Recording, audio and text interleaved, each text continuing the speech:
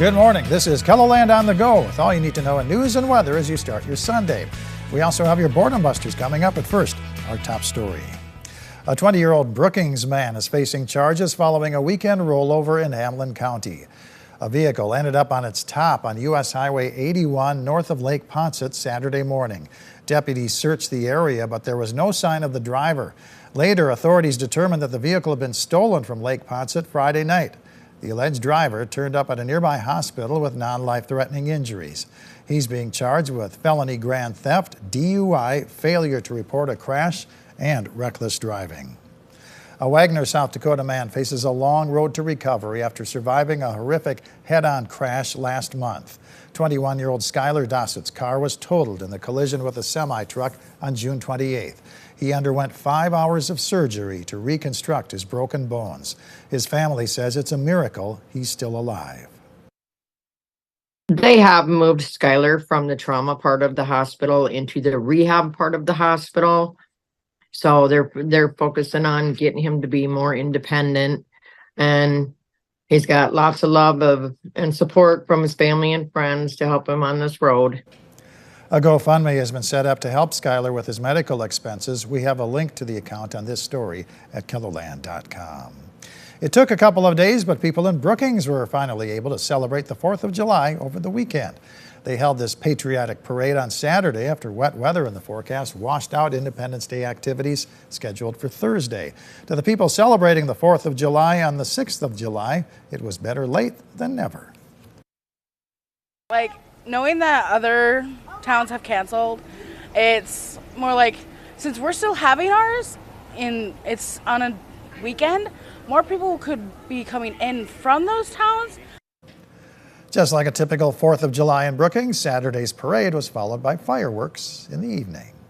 Let's take our first look at the forecast now with meteorologist Adam Rutt in the Storm Center. Good morning, Adam. Good morning, Perry, and good morning, everybody. Much of the region is quiet on this Sunday morning with a decent amount of sunshine in many locations. And a prime example of that is what we have at Falls Park. We have been warming up quite nicely even. We were in the 50s earlier this morning, now all the way up into the mid-60s already, and it's only going to continue to warm up from there as we head through the afternoon. Nothing too egregious, not yet at least, but we'll get to that later on in the week. For now, though, we're in the 60s, East River, 67 up in Sisseton, 64 Aberdeen, and Huron, 67 in Spencer. Worthington is 65, 62 for Pierre and Mulbridge, even 61 toward Rapid City. We are not going to really be dealing with too much of a breeze today. That'll be pretty tolerable, but we could see a couple of showers and thunderstorms pop up later in the day. We'll talk about that. We'll go through the rest of your 7-day forecast as well, coming up in a little bit. All right. Thank you very much, Adam. Entrepreneurship is all in the family for 3 businesswomen in Huron.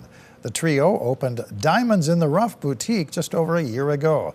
The owners are a mother and her 2 daughters. Find out how this family dynamic has forged a successful business model in tonight's Eye on KELOLAND coming up at 10. It is Heroes Weekend at the Great Plains Zoo in Sioux Falls.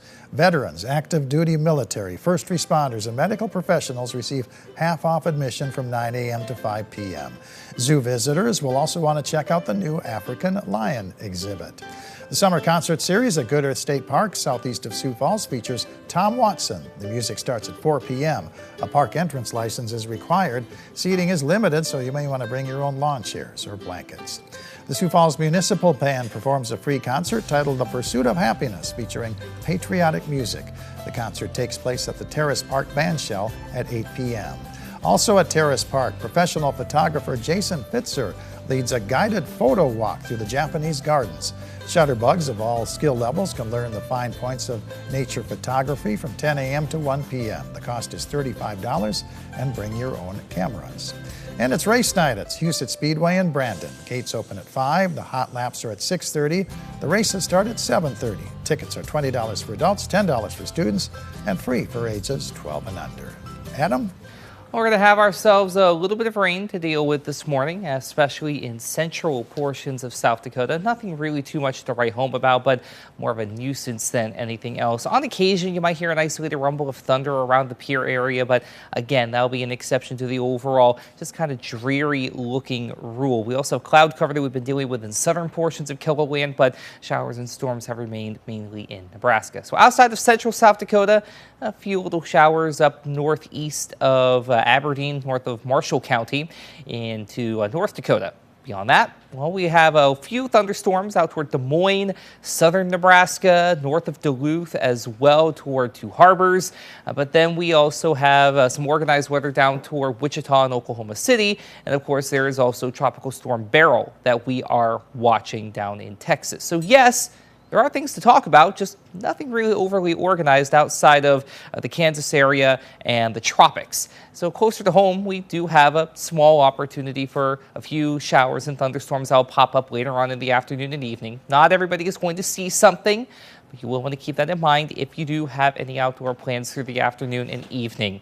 That being said, we're more dry than wet as we go through much of the day. We'll have a similar setup as we head into Monday and Tuesday, where we can see a few pop-up showers and thunderstorms, although it will be a lesser opportunity for a couple of areas on Monday. To the northeast on Tuesday, we have a slightly better opportunity.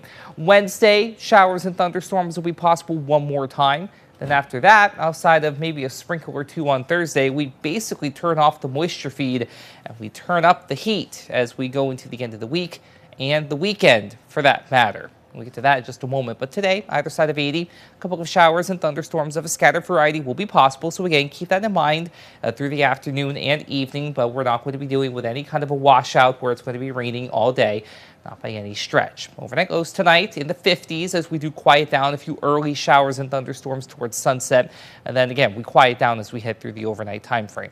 Monday, mainly dry, low to mid 80s for high temperatures, maybe an isolated shower or two near and east of the James River Valley. As we go through the rest of your 7-day forecast, we do have a few more chances for showers and thunderstorms in place. A few showers on Tuesday, a couple of thunderstorms on Wednesday. Then we dry out and warm up through the end of the week and into the weekend, getting up to the 90s by Saturday. In Aberdeen, more of the same, couple of showers and thunderstorms today, to a lesser extent Monday, better chance on Tuesday, and then we warm up and dry out through the second half of the week, starting in the mid-80s and then getting into the low 90s. In Pierre, we'll have a few thunderstorms today, then mainly dry Monday through Saturday, starting off in the low 80s on Monday, upper 90s by the end of the week and into the weekend. That's not counting the heat index. It is going to be a little on the humid side by that time as well.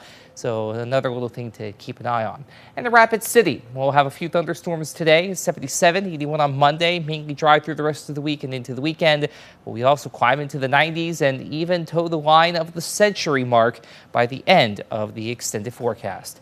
Have a great day, everybody. For more on your local news, weather, and sports, you can always head on over to KELOLAND.com.